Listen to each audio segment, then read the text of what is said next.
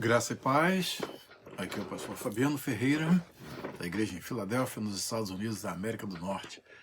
É um prazer estar com você mais uma vez para estudarmos a palavra de Deus. Esta palavra que é vida, esta palavra que é lâmpada para os nossos pés e luz para os nossos caminhos. Então, hoje, dia 29 de março de 2020, nós vamos estudar a nossa lição 13. A nossa lição 13 tem como título o jovem José é vendido por seus irmãos. Nosso capítulo básico hoje é o de Gênesis, capítulo 37. Nós vamos estudar Gênesis 37 e vamos procurar dar, sim, um enfoque muito especial, porque agora começamos uma nova etapa dentro do livro, e aí dentro da sequência de nossos estudos, nós temos que seguir as divisões que temos proposto, a fim de que nós possamos ter um panorama do livro, de modo que cheguemos ao seu término, sabendo de onde viemos, onde estamos e para onde estamos indo. Este é o principal eixo de abordagem dos nossos estudos bíblicos.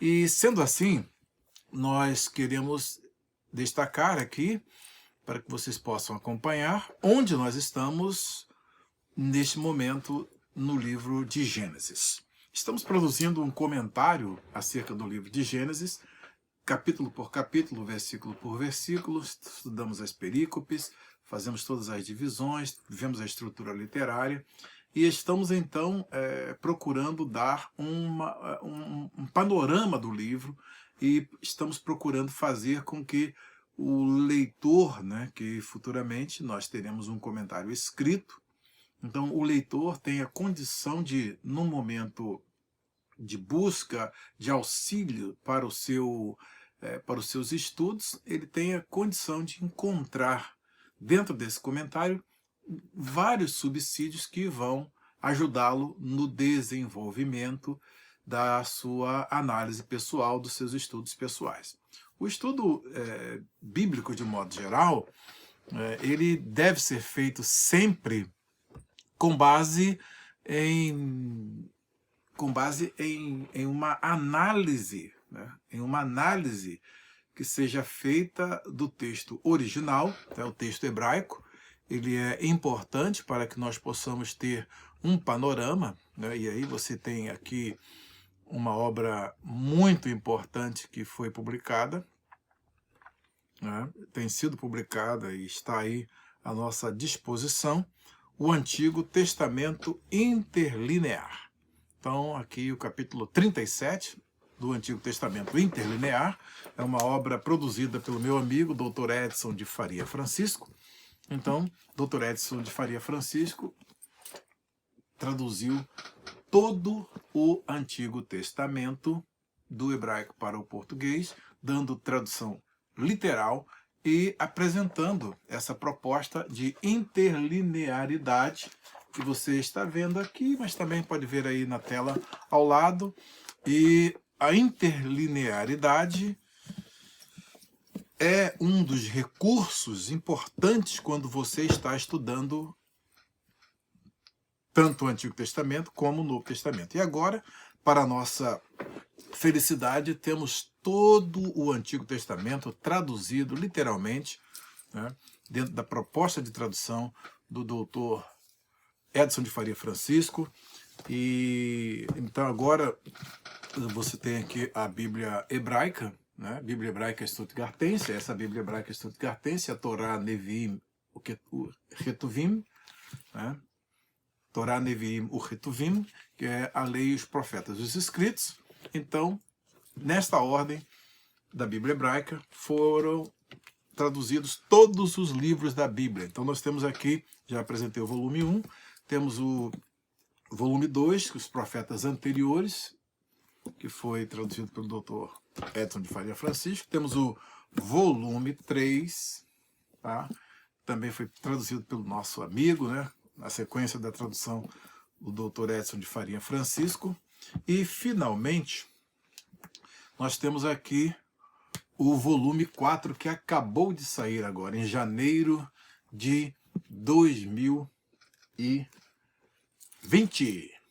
Em janeiro de 2020, temos agora a última parte. Então temos a lei, os profetas e os escritos, temos o Pentateuco, depois nós temos aqui os profetas anteriores, depois os profetas posteriores e finalmente os escritos. Então aqui você vai encontrar Salmos e vai terminar lá, conforme a ordem da Bíblia hebraica, no segundo livro das Crônicas.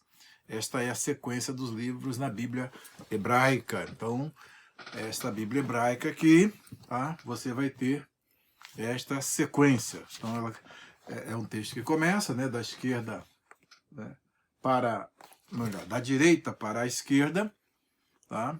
É diferente da nossa língua portuguesa, ocidental, que é da direita, que é da esquerda para a direita. Essa daqui é o contrário, né? Conforme está aí na tela, você vê o texto, ele é da direita para a esquerda. E finalmente eu recebi semana passada este presente aqui do meu amigo Dr. Edson de Faria Francisco, com uma dedicatória, né? Temos uma dedicatória aqui: estimado pastor Fabiano, que este volume do ATI seja uma ferramenta útil para os teus estudos sobre a Bíblia hebraica. Dr. Edson de Faria Francisco, março de 2020. Então está aqui, e muitos vão ter esse livro, mas com essa dedicatória aqui, esta aqui é personalizada, só eu tenho, tá? Então é importante nos nossos estudos bíblicos nós termos acesso a ferramentas que possam nos ajudar no desenvolvimento dos nossos estudos bíblicos, para que ele não se torne um estudo muito raso, não é? Porque você pode fazer um estudo profundo e pode fazer um estudo de superfície. Um estudo apenas baseado na tradução que você tem em mãos, e com base na tradução que você tem em mãos, você pode ter toda uma compreensão do texto. Observa bem, eu não estou dizendo aqui, se você se basear apenas na tradução que você tem em mão ou nas traduções, que você não vai ter uma boa compreensão, uma ampla compreensão do texto. Absolutamente, não é isso que nós estamos querendo dizer. O que nós estamos dizendo é que quando você tem acesso ao texto original, quando você tem condições de ler o original e faz o seu estudo a partir, né, de uma leitura do texto original, então, obviamente, você vai ter um diferencial, e esse diferencial vai ser sentido quando o texto faz chamadas linguísticas. Então, quando o texto faz algumas chamadas linguísticas importantes, você estará atento e verá como o texto, como acontece a tessitura textual, dizendo melhor assim, como acontece a tessitura textual, quais são os recursos literários que o autor utiliza, e com esta visão maior, com essa visão mais sistêmica, você tem condição de abordar o texto e vê-lo nas suas peculiaridades. E assim, então, no final, tirar conclusões que são importantes para o término, né, dos seus estudos e a conclusão. Então nós estamos fazendo esse trabalho, né? Temos obras muito importantes que estão sendo usadas nessa minha pesquisa, são muitas obras importantes que estão aí à nossa disposição. Nós temos usado alguns textos que são importantes, né? Dentre eles, por exemplo, eu posso citar essa obra do Ian Folkman. O Ian Folkman escreveu esse livro aqui, né? A arte narrativa em Gênesis, Narrative Art in Genesis, né? Então, nós temos esse J. Folkman, que fala sobre o subtítulo é Espécimes de Análise Estilística e Estrutural. Então, ele faz um trabalho muito bom, né, dentro da narrativa de Gênesis. E então, esse Jan Folkman é um holandês. Esse holandês tem dado uma contribuição enorme para os estudos bíblicos, né? Nós temos obras dele, temos sobre a Bíblia hebraica, nós temos alguns textos importantes. Quando ele, por exemplo, trabalha os maiores poemas da Bíblia hebraica, né? Então, ele praticamente faz uma análise, ele faz uma interface da prosódia e análise, da análise estrutural e prosódica, né? Então ele faz essa interface entre a análise estrutural e a análise prosódica. Então ele vê a questão das sílabas, o papel das sílabas dentro, por exemplo, da poesia hebraica, e esses maiores poemas da Bíblia hebraica, inclusive que ele cobre todo o livro dos Salmos. Ele pega alguns poemas antigos no livro de Deuteronômio e outros em Êxodo. Nós temos aqui 4 volumes muito bons nessa obra aqui, desse Ian Folkelman. Então é muito, mas muito bom. Então, ou seja, são comentários do Hamilton. Temos o Handbook on the Hebrew Text, inclusive esse aqui é livro de cabeceira também para a análise do texto hebraico, né? Foi lançado recentemente, do ponto de vista morfológico, né? Morfossintático. Você tem contribuições importantes para a análise dos textos aqui, no trabalho de tradução também. Você tem aspectos importantíssimos dessa obra aqui de Gênesis, que vai aqui fazendo exatamente a abordagem dessa última seção do livro de Gênesis, do capítulo 37 ao capítulo 50. Já temos do capítulo 1 ao capítulo 11, falta ainda aí esses do capítulo 12 ao capítulo 36, que está em produção nessa série da Baker, da Baylor University, da Universidade de Baylor. Então aqui são livros que são importantes para o nosso estudo bíblico, e temos o nosso livrinho também de cabeceira, que é o do Bruce Waltke, que é um comentário que está sendo produzido, que já foi produzido, tá? E está sendo utilizado bastante por mim na nossa abordagem. Tá? Sobre o livro de José, também quero citar aqui uma obra que é muito importante, que é a Joseph, A Story of Divine Providence. José, uma história da providência divina. Então essa abordagem aqui do Longaker,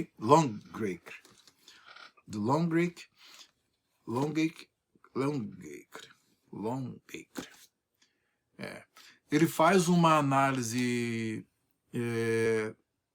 de teoria textual e textolinguística, que é de linguística textual e também teoria textual, e aplica isso aos capítulos 37 e aos capítulos 39 ao 48, dando assim, fazendo uma abordagem muito significativa, utilizando recursos da crítica literária, né, para poder então fazer esta abordagem do livro, e você ter um panorama de como essas narrativas desses capítulos mostram no final que o livro, né, o relato dos descendentes de José, ou a história dos descendentes de Jacó, melhor dizendo, né, tem como centro o seu filho. Assim como nos relatos, né, na Toledot de Isaac, Jacó ocupa um papel central. E na Toledot de Jacó, José ocupa, por assim dizer, e seus filhos, um papel central, mas José é o epítome, né? É a personagem maior que se destaca com um grande propósito dentro do desenvolvimento da história da redenção e dentro da sequência da linhagem, né? Da linhagem da mulher que vai seguindo aí, conforme nós vimos lá no início do Gênesis. Nós vimos lá no início que há uma linhagem, e vocês depois vão ver o destaque de Judá, e todo o trabalho que Deus usa a vida de José para fazer, né, na família de Jacó. É uma família que passa por problemas os mais sérios. Vimos no capítulo, nós estudamos o capítulo 34, né? Vimos no capítulo 34 aquele episódio terrível, né, do estupro de Diná e também da vingança de Simeão e Levi. Vimos que os filhos de José, os filhos de Jacó, eles são realmente um retrato muito importante para nós entendermos o relacionamento de Deus conosco, homens. Por que que isso ocorre? Porque nesse relato nós percebemos que alguns acontecimentos mostram a depravação total na vida desses filhos de José, filhos de Jacó. José é tão destacado nessa história, tanto que eu ouço falar em José, nesse estudo que eu estou fazendo, desse capítulo 37 até o 50, então fica aqui na mente José. Mas a realidade dos fatos é que Jacó tem seus filhos, e nós vemos que o trabalho de Deus na vida dos patriarcas, vimos o trabalho de Deus na vida de Abraão, destacamos de um modo muito claro como eles foram também, como nós, salvos pela graça de Deus. Vimos o trabalho de Deus na vida de Isaac, também outro, salvo pela graça de Deus. E por fim, vemos Jacó e seus filhos. Todos esses eleitos de Deus, escolhidos por Deus para um grande projeto, que é o projeto do surgimento, da criação da nação de Israel, que vai ser protagonista em todo o Antigo Testamento, e é que vai levar a tocha da semente da mulher até chegar lá à semente da mulher, que é o Senhor Jesus. Tá? Então, nós vemos que há todo um trabalho de Deus em pecadores que são eleitos para um propósito especial. Mostrando que Deus não elege pessoas boazinhas, porque elas têm bons antecedentes, como se Deus corresse a ficha deles, e então chega num determinado ponto, aí Deus diz, esse indivíduo aí merece, este aí merece ser escolhido por mim, este daí merece ser um eleito, para gozar das bem-aventuranças eternas e gozar de um trabalho, de uma proteção toda especial dentro da sua vida. Esse merece. Não é assim a questão da eleição. A eleição tem exatamente esse aspecto misterioso e maravilhoso que Deus escolhe, segundo o seu soberano propósito, dentro da massa de pecadores, aqueles por quem Cristo, no caso do Antigo Testamento, iria morrer. Retroativamente, esses pecadores recebem os méritos do sacrifício de Cristo, por antecipação. Então, ele é aplicado retroativamente, abrange todos os seus contemporâneos, os contemporâneos de Jesus, e nós que vivemos após a vinda de Jesus Cristo ao mundo, também estamos usufruindo desses privilégios da aplicação da graça redentora de Cristo adquirida lá na cruz do Calvário. Percebe? Então o que acontece? A eleição não indica e não implica em que os escolhidos de Deus são escolhidos porque eles são boas pessoas, porque são pessoas maravilhosas da história que Deus separa para poder então fazer com que eles, por seus méritos, eles realmente sejam um destaque no mundo e sejam instrumentos nas mãos de Deus. Então, é exatamente por conta dessa concepção errada que muitos não entendem a doutrina da predestinação ou a doutrina da eleição divina. Deus elege pecadores, dessa massa de pecadores que Deus escolhe aqueles que estarão desempenhando um papel importante dentro da história da redenção. São pecadores, todos eles salvos pelo mérito do único perfeito que executou, que viveu por eles, que morreu por eles e que ressuscitou por eles, o Senhor Jesus. E através dos méritos de nosso Senhor e Salvador Jesus Cristo, é que esses pecadores atingirão a bem-aventurança eterna e usufruirão e usufruem dos privilégios da salvação. Então, esse é um dos pontos principais que nós vamos abordar no nosso estudo de hoje, que nós vamos ver Deus trabalhando na vida, é até uma doutrina meio complicada para se entender. Por quê? Porque Deus vai operar através das más obras, das obras más dos irmãos de José para cumprir os seus propósitos e cumprir os seus desígnios. Isto é o que se chama de providência. Daí então, quando o Longacre, ele define, né, o Robert Longacre, define, né, José como sendo a história da providência divina, essa história começa no capítulo de número 37, de um modo muito inusitado. Por quê? Porque nem o nome de Deus é citado nesse capítulo de número 37. Daí então, como ver Deus ativo, embora silencioso? Isso se chama providência. Então nós precisamos ter essa noção clara do que vem a ser providência divina. Porque este conceito de providência divina, ao término desse estudo, você vai ver como tem muita aplicação nos nossos dias. E vai te fazer entender várias questões importantes do seu dia a dia, do seu hoje. O que você está vivendo hoje. Esta doutrina da providência, que também foi muito mal compreendida em outras épocas, né? Houve épocas em que, por exemplo, quando o iluminismo atingiu, né, ao mundo, de modo que o cientificismo se tornou o guia, né, se tornou o critério através do qual a razão foi entronizada, né, como critério, né, para a aferição de tudo no mundo, de modo que o mundo como um todo se sucumbiu à proposta do iluminismo, que são as novas luzes. Então Deus foi relegado ao desprezo. Deus foi relegado ao desprezo. E, de certa forma, isso impactou fortemente a igreja, porque nesse contexto do iluminismo é que surge a teologia liberal. É uma teologia bonachona, por assim dizer, usando o termo aí, é uma teologia em que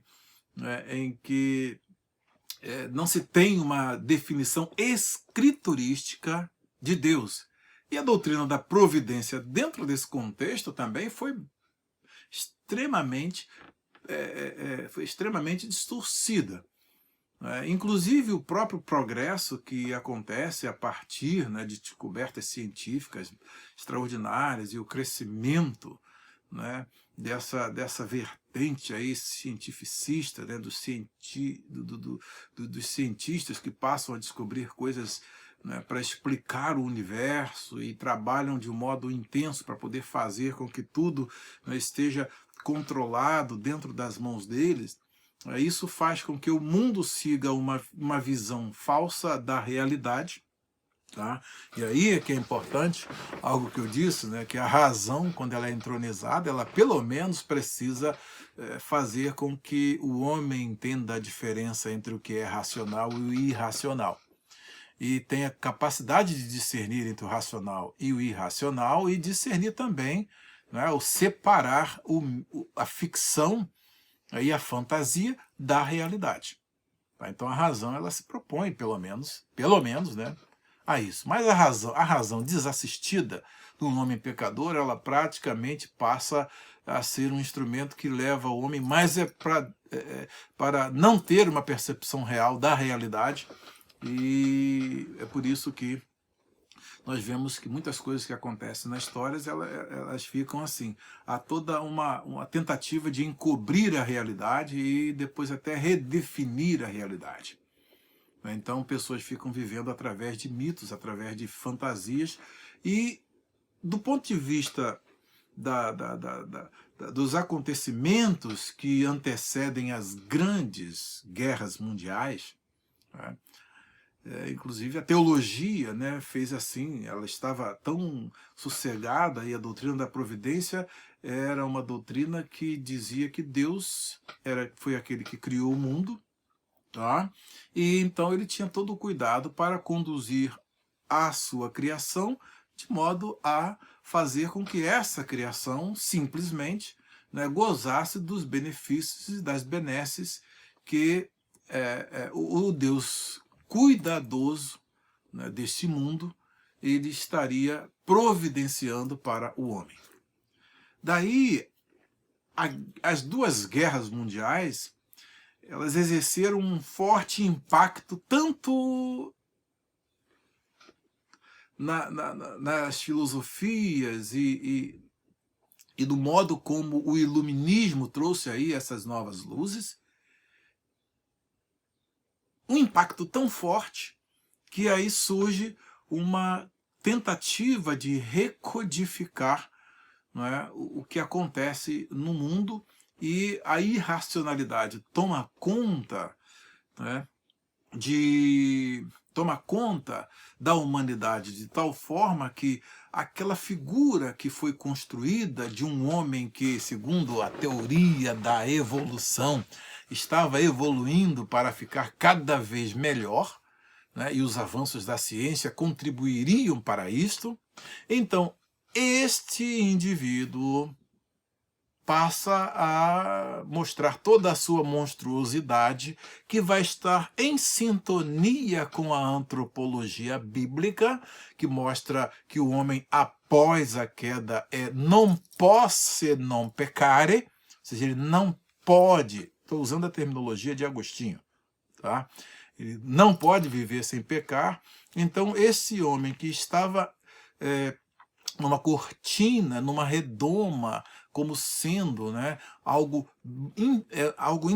tinha uma bondade intrínseca, né, tanto é que ele não precisava de redenção, desses mitos, segundo eles, né, desses mitos de redenção, porque o homem estava evoluindo, e a teoria da evolução estava mostrando nessa direção, que o homem está evoluindo até chegar num patamar em que a perfeição aconteceria e estaria toda a humanidade dentro desse mundo perfeito, maravilhoso, não é? E praticamente, escatologicamente, seria o paraíso na Terra.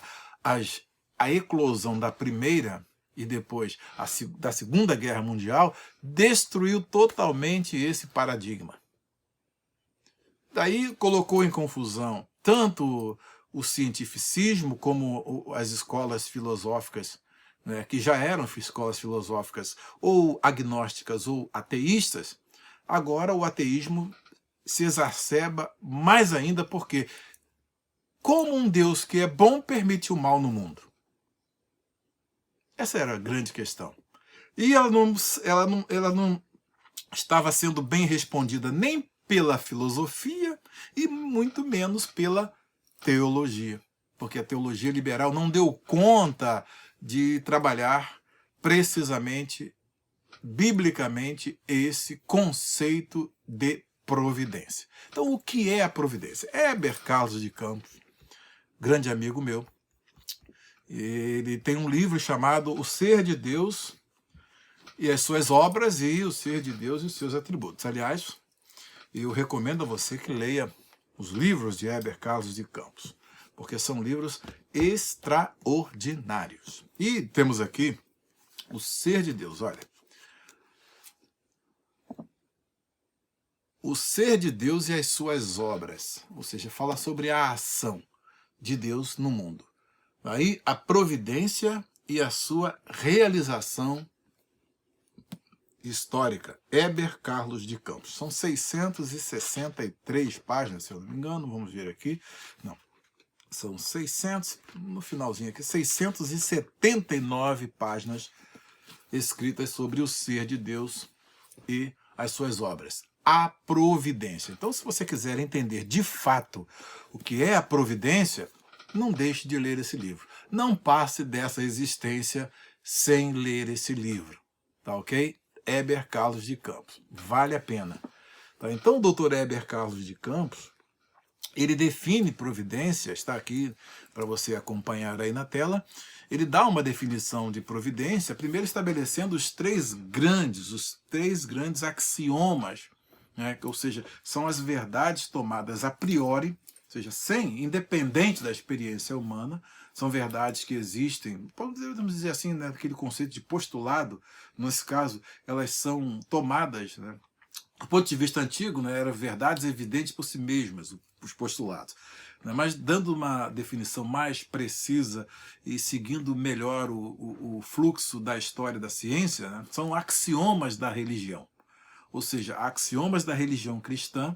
Esses 3 axiomas da religião cristã são verdades, são fatos assumidos como verdadeiros, proposições, né, e conceitos assumidos como verdadeiros que servem como estrutura, são estruturantes da teologia cristã. Tá? Então, esses 3 axiomas da religião cristã, né, a saber, a existência de Deus, né, que tem a ver com a existência tripessoal de Deus, ou seja, Deus existe, mas ele não apenas existe do ponto de vista da existência, como define a existência no existencialismo, né? Mas Deus tem um modo de existência muito especial, que é um modo tripessoal.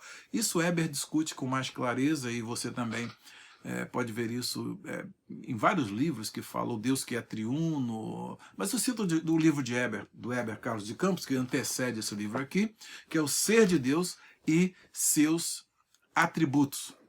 Então, ali no Ser de Deus e seus atributos, está aqui na minha estante, o Ser de Deus e seus atributos.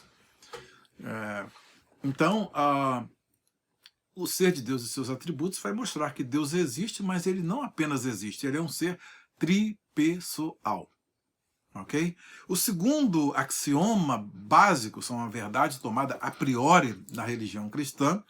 O segundo axioma básico é que Deus tem uma vontade, ou seja, tem a ver com a decisão da formação do seu plano eterno. Ou seja, Deus criou o mundo, mas criou dentro de um projeto. Deus tem um projeto, um grande projeto para a sua criação. Tá? E ele sabe como a criação ele iniciou, porque ele deu a partida, né, e trouxe o mundo, o universo à existência, e sabe para onde está conduzindo este universo. Tá? Então, por saber o princípio e o fim do universo, e não viver limitado na contingência humana da temporalidade, ele está acima da temporalidade, porque ele é eterno, ele existe de eternidade a eternidade, é do infinito negativo para da nossa visão que estamos dentro da história, para o infinito positivo, ou seja, Deus não está limitado do tempo. Tá? Então Deus ele vive dentro dessa dimensão da eternidade, que é muito difícil até de entender para nós seres humanos. Então ele é um ser tripessoal que tem seus atributos. Leia esse livro do Weber Carlos de Campos, que você vai ver a infinitude de Deus, a eternidade de Deus, são os atributos incomunicáveis de Deus. Você vai ver isso no livro do Weber Carlos de Campos. E é importante que nessa colocação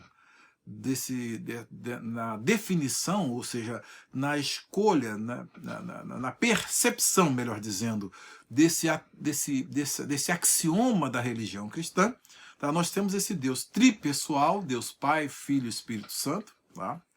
Que aí você vai estudar a doutrina da Trindade, né, ou da triunidade divina, tá? Uma essência em 3 pessoas. É um conceito complexo, que aliás é um conceito complexo que eu consegui, né, dar uma contribuição, né, pelo menos ilustrativa, desse conceito dentro da aritmética transfinita do matemático Georg Cantor, que foi o pai da teoria dos conjuntos. Então eu falei a respeito dessa existência tripessoal de Deus e mostrei que a teoria dos números transfinitos de Cantor e o conceito de infinito absoluto de Cantor, que era um conceito que ele atribuía única e exclusivamente a Deus, mas dentro do estudo dos transfinitos e as suas propriedades, dos números transfinitos, né, e das suas propriedades, que é o infinito que pertence à criação, tá? Então o infinito que pertence à criação, ele chamava de transfinitos, e o infinito que pertence única e exclusivamente a Deus, tá? E mostrar que Georg Cantor, grande matemático, que você estuda aí a teoria dos conjuntos, não era ateu, ok? Isso é muito importante. Então, ele fez essa abordagem, e eu peguei o conceito filosófico de infinito absoluto de Cantor, associado ao conceito de transfinito, da aritmética transfinita, e criei um modelo para a análise da doutrina da Trindade. E aí reescrevi o credo de Atanásio à luz desse conceito de infinito, que realmente só veio a ser bem definido por Georg Cantor, né, e Weierstrass, a quem ele submeteu as suas ideias, porque ele pensava, será que esse negócio aqui está certo? Será que isso realmente é do jeito que eu estou vendo? Então, a demonstração matemática ali. Então, o Georg Cantor deu essa contribuição extraordinária, né? Inclusive, ele atribuía a Deus a descoberta desses conceitos. Então, eu aproveitei, né, quando estava fazendo a minha monografia no curso de bacharel ainda de matemática, eu aproveitei esse conceito e depois desenvolvi uma dissertação de mestrado, que na realidade é uma tese, que você não vai ver isso em lugar algum por aí, né? E falando a respeito eu pego esse conceito de infinito de Georg Cantor, trabalho o ser de Deus, essa existência tripessoal de Deus, a partir do conceito filosófico de infinito de Georg Cantor, do infinito absoluto, e reescrevo o credo de Atanásio com base nesta abordagem de infinito absoluto definida por Georg Cantor, né? E sempre ilustrando com as propriedades dos transfinitos que se aplicam, né, numa extensão ao conceito de infinito absoluto. Embora sejam dois domínios diferentes, né, um imanente e o outro transcendente, contudo, você vai ver que faz muito sentido a minha abordagem e depois eu posso prepará-la para a publicação, porque vai trazer assim um modelo para se entender um pouco mais e com mais precisão, que era inclusive a proposta de Georg Cantor, que as suas descobertas servissem lá na frente para o aprimoramento e a definição mais precisa dos conceitos teológicos e filosóficos. Esse trabalho ele deixou sem fazer e eu tive a oportunidade de fazê-lo. Daí você vai entender esse ser tripessoal de Deus. E dentro dessa nova perspectiva, desse modelo, né, matemático-filosófico, né, ou filosófico-matemático, como queira, tanto as duas nomenclaturas estão corretas, né, eles servem para nós entendermos um pouquinho mais do ser de Deus. Então, o segundo axioma, né, o primeiro axioma que diz que Deus é esse Deus tripessoal, tá, tem a ver também com essa questão de Deus, né, por ser um Deus eterno, por ser um Deus que está fora, né, do domínio da sua criação, do ponto de vista que ele é transcendente, porém presente dentro da criação, a sua imanência, Deus está presente, e é exatamente isso que nós temos visto nos nossos estudos dentro do livro de Gênesis, como Deus se apresenta antropomorficamente, né, as teofanias, tudo isso mostra um Deus que está ativo na existência humana, e é com base nesses três axiomas da existência tripessoal de Deus, no segundo axioma, que é a vontade de Deus Wollens, né, que é a expressão latina que tem a ver com a decisão de formação do seu plano eterno. Aí ele é um eterno e, por conseguinte, ser o eterno, ele tem condição de guiar a história para o fim que ele desejou. E, por fim, tem o Deus Agens, que é Deus Agens, também outra proposição, é uma outra expressão latina que o Weber Carlos de Campos utiliza, que tem a ver com a ação de Deus na esfera da sucessão temporal, executando o seu plano concebido na eternidade. Ou seja, antes que a criação existisse, Deus elaborou todo esse grande projeto para que ele fosse levado a bom termo e ele não perde o controle da história. Então, esses três pilares são os três pilares básicos, são os três axiomas básicos da doutrina cristã, tá? E, por conseguinte, a providência está vinculada a esses três axiomas. E aí nós vamos perceber que a boa definição e a precisa definição de providência, tá, que é dada aqui pelo Dr. Weber Carlos de Campos, é a seguinte, portanto, né, depois de... Ele faz um breve apanhado aqui. O Deus que a Escritura Sagrada apresenta é um Deus criador e que tem grande preocupação com aquilo que cria. Portanto, a doutrina da providência trata de todos os atos externos de Deus, tá? São as opera ad extra. Você vai aprender isso no livro 1, tá? Deus, o ser de Deus e seus atributos. São as opera ad extra, tá? Então, e essa ópera ad extra é o que nós vamos ver aqui exatamente a doutrina da providência, tá? Então isso é muito importante. Então aqui diz o Weber Carlos de Campos. Portanto, a doutrina da providência trata de todos os atos externos de Deus que aparecem subsequente à criação. Nós vimos a providência em Gênesis 1, Gênesis 2 e Gênesis 3 e fomos vendo, né? Estamos vendo como Deus está agindo na história de um modo maravilhoso, com todo o domínio sobre tudo que existe no universo. Tá? E agora, então, com essa definição precisa de providência, que vai ser ilustrada muito bem na história de José, tá? Não perca o foco, acompanhe o raciocínio e vai tentando acompanhar aí, porque muitas pessoas têm maior dificuldade de acompanhar uma exposição, esse momento em que tudo agora se resume a 3 minutos, 2 minutos, 4 minutos, elas não têm nem condição de assistir uma aula como essa que eu dou. Então, por isso, se torna extremamente difícil muitas pessoas acompanharem e saber para onde nós estamos indo. É exatamente assim, Deus, na sua condução dos eventos históricos, né, dos eventos que acontecem na história da humanidade, do princípio, no presente e até o fim.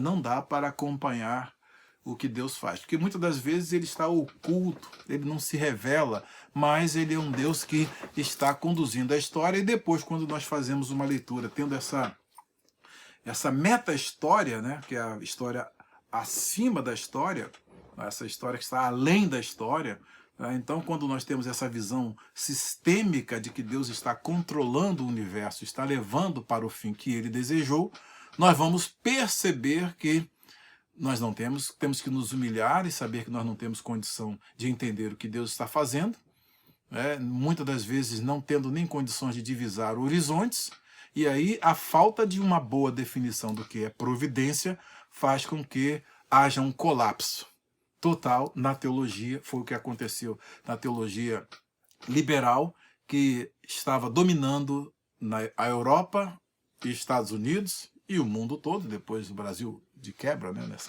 nessa sequência aí, que inclusive hoje a teologia liberal agora que está tomando corpo no Brasil, um troço que já morreu há muito tempo nas suas propostas, mas já está crescendo no Brasil, e infelizmente por conta de uma desinformação proposital e até uma tentativa de ocultar a verdadeira face da teologia liberal, que é, na melhor das hipóteses, um agnosticismo ou, quem sabe, um ateísmo mesmo.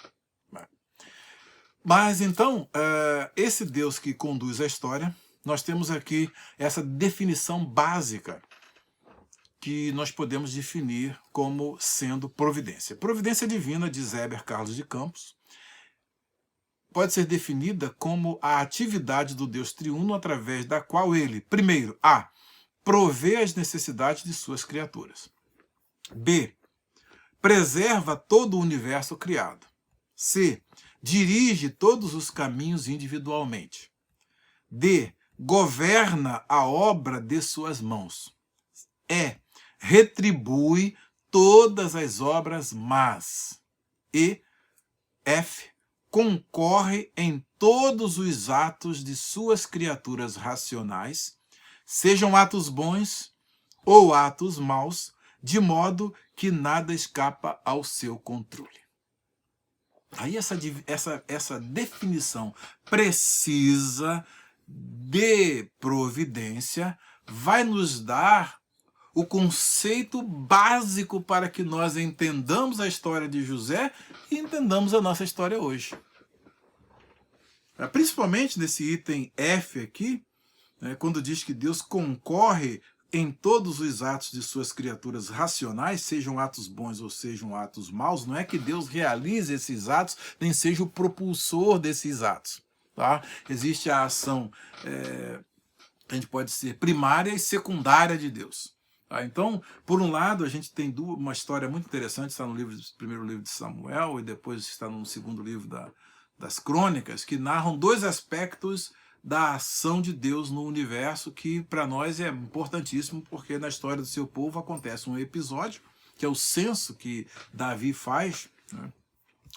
Deixe-me citar aqui, depois eu volto para concluir essa definição de previdência, de providência. Então tem um momento em que Davi faz um censo. Deixa eu puxar aqui logo, que aí eu caio lá exatamente onde eu quero. Está aqui no livro do Weber Casos e Campos. Então nós temos no segundo livro de Samuel, corrigindo, né? Capítulo 24, versículo 1, é bom ir logo à fonte primária. É dito que tornou-se a ira do Senhor a acender-se contra os israelitas e incitou a Davi contra eles, dizendo: vai, levanta o censo de Israel e de Judá. Então, aqui coloca um lado da história. Como é que acontece esse censo?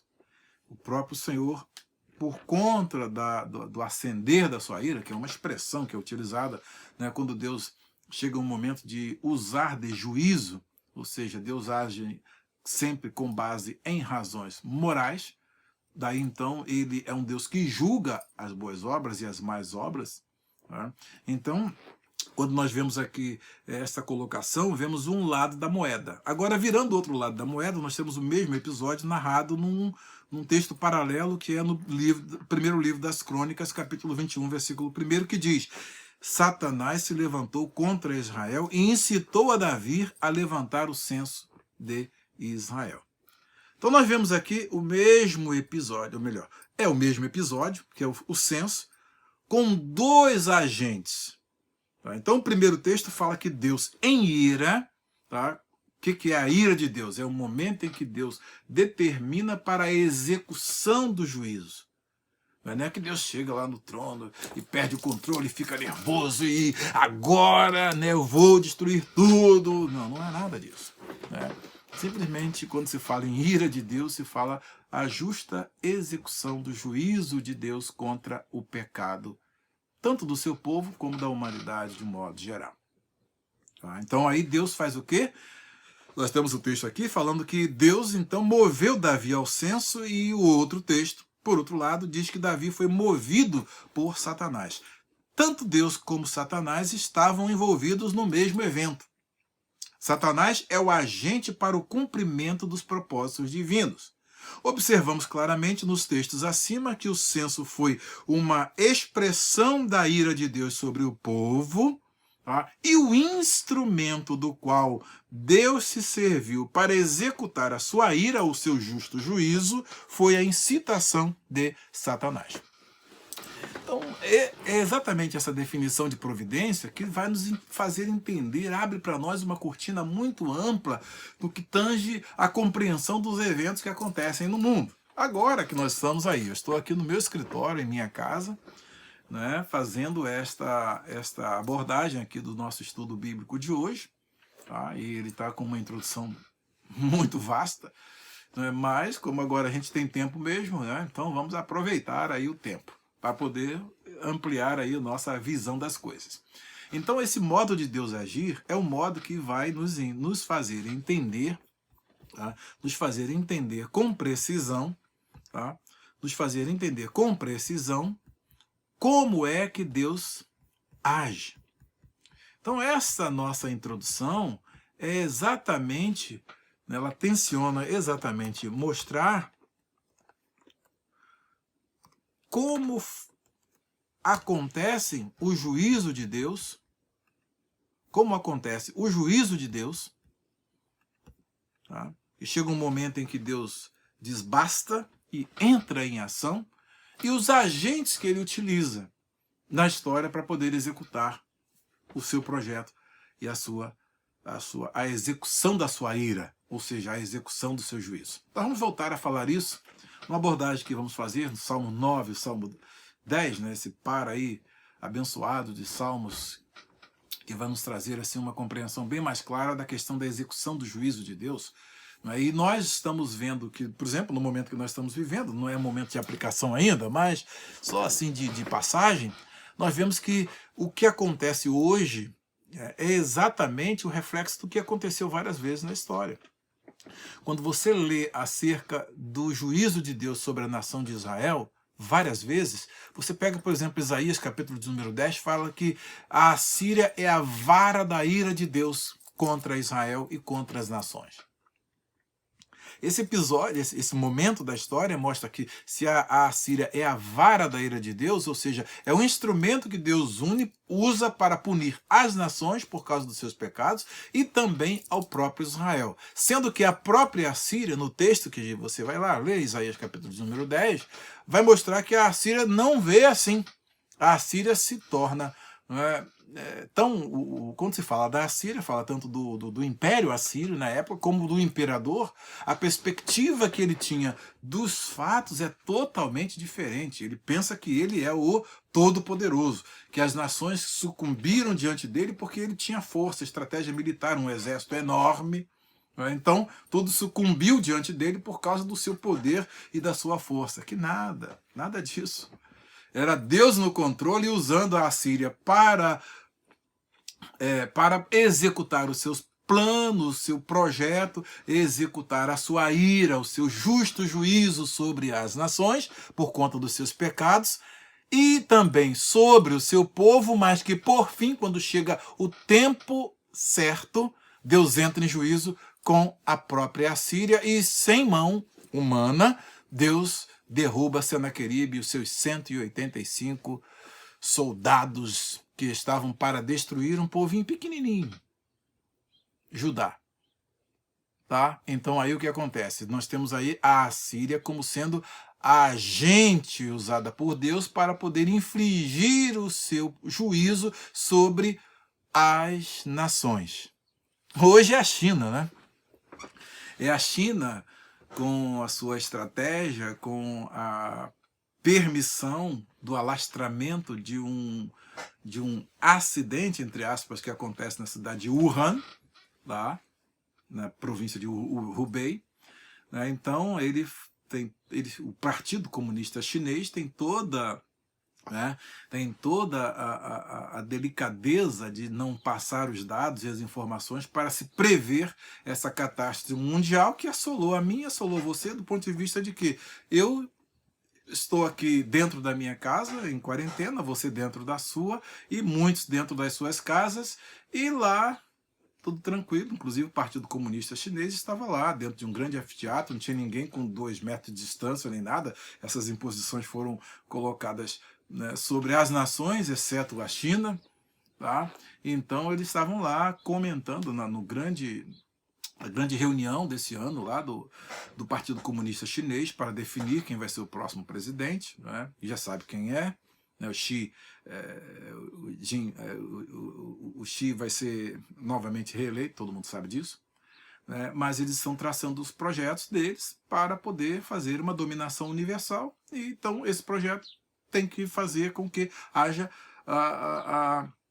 essa recessão global, tá? Que vai favorecê-los de modo que eles vão crescer no seu domínio. Tá? Então, vendo da perspectiva dos eventos em si, você fica perguntando, mas e a providência? A providência está exatamente aí. Você lembra aqui do item de número D aqui, que Deus governa toda a obra das suas mãos, e o E diz, retribui todas as obras más. Então ele retribui todas as obras más. Então o que acontece? Quando nós vemos obras más acontecendo nas nações, do jeito que está acontecendo hoje, quando Deus entra em juízo, né, ele simplesmente utiliza os seus agentes secundários para cumprir os seus desígnios e mostra aos homens quem ele é. É num momento desse que muitas pessoas vão parar e ver, peraí, por que está acontecendo isso? Será que aqui nos Estados Unidos tem motivo para poder acontecer isso aqui nos Estados Unidos? Olha a indústria do aborto aí, né, que agora que está sendo combatida, mas quantos milhões foram mortos, assassinados por causa da política de aborto? tanto aqui como no mundo, preconizada e amparada pela ONU, Organização das Nações Unidas, que tem como seu braço a Organização Mundial de Saúde. Tudo está dentro da mesma esfera. Então, vendo da perspectiva geopolítica, nós estamos vendo hoje o mundo todo sendo afetado, mas Rio de Janeiro e São Paulo, e outros lugares aí do mundo, com o seu carnaval, com o deboche da pessoa de nosso Senhor, da santa pessoa de nosso Senhor Jesus Cristo, tem um preço? A providência vai nos ensinar que sim. Tá? Mas deixe para mim a abordagem no Salmo 9 e o Salmo 10, que você vai ver que se você está dentro desse contexto, tá? E você pode ser atingido ou não, tá? Mas isso aí depende do projeto soberano de Deus. Tá? A única certeza que você precisa ter é que você está tranquilo, você não está sob o juízo de Deus, como nós vemos que a maior parte das nações está. Tá? E a China hoje é a vara da ira de Deus. Tá? Então não adianta nem ficar revoltado, né, com os chineses, né, porque não vai fazer nenhuma diferença, né, porque eles estão sendo agora os instrumentos, né, da ira de Deus, e eles são os agentes que também sofrerão por sua vez. Tá? Não é porque eles são santinhos, não. Tanto como aconteceu na Síria. A Síria sofreu o juízo de Deus. E a China hoje está sendo usada para executar o juízo de Deus, mas também depois ela vai sofrer o juízo de Deus. Porque o Partido Comunista tem muitos milhões de pecados cometidos e tem o povo oprimido, né? São os bilhões e bilhões oprimidos dentro desse regime comunista que também sofrerão o juízo de Deus. Tá? Então você não pode se sucumbir à visão da história pela história. Tá? Se Deus tem um projeto aí de fazer com que a China domine o mundo todo, né, em coalizões, a gente não sabe o que Deus reserva para este mundo, a gente só sabe que Deus está no controle de tudo e a providência me garante isso. Deus não perde o controle da história. Então, meus amigos, é importante que nós estudemos a história de José, porque nós vamos ver exatamente que Deus não perde o controle da história e às vezes utiliza, né, obras más para conduzir ao seu propósito, ao seu desígnio a bom termo. Embora nós não vejamos o agente que às vezes sofre, como José sofreu, e sofreu muito, né? Então, esse agente passa por momentos tão difíceis, tão obscuros, que quando se pergunta, onde está Deus? Ele muitas das vezes não sabe, né? Mas Deus dá aquele vislumbre e garante para ele que ele, lá na frente, vai ser abençoado. E nós vamos ver isso na história. E todos os caminhos traçados por Deus, a equação que Deus elabora para poder atingir aquele ponto, não é? É muito complexa. Não é? É muito complexa. Não dá para poder fazer uma equação. Não é simples essa equação. E é exatamente a equação que Deus também faz para poder executar os seus bons projetos na nossa vida.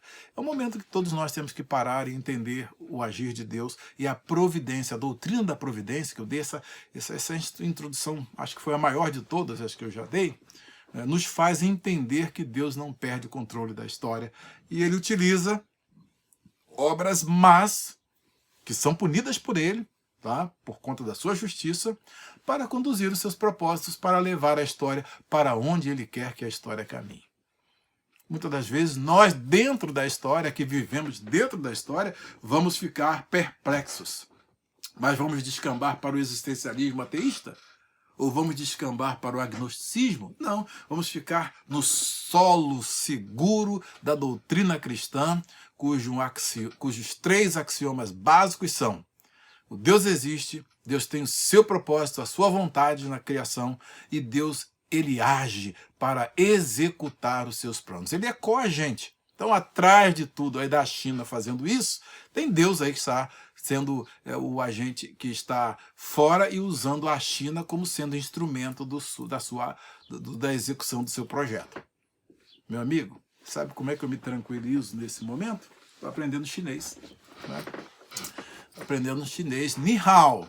Vamos lá. Olá, ou como vai, como você está, né? Então a gente tem que aprender aí. Já estamos aproveitando esse momento aí para poder aprender, né? A língua chinesa. Xiao Shan Hao. Bom dia. Vamos lá. Deus está no controle de tudo. Para que você vai ficar aí todo apavorado com o que está acontecendo? Deixa Deus com o seu mundo. Ele o criou, que ele cuide dele. Agora uma coisa é certa. O justo viverá pela fé. Não perca a fé de que Deus está no controle da história, está no controle da sua vida.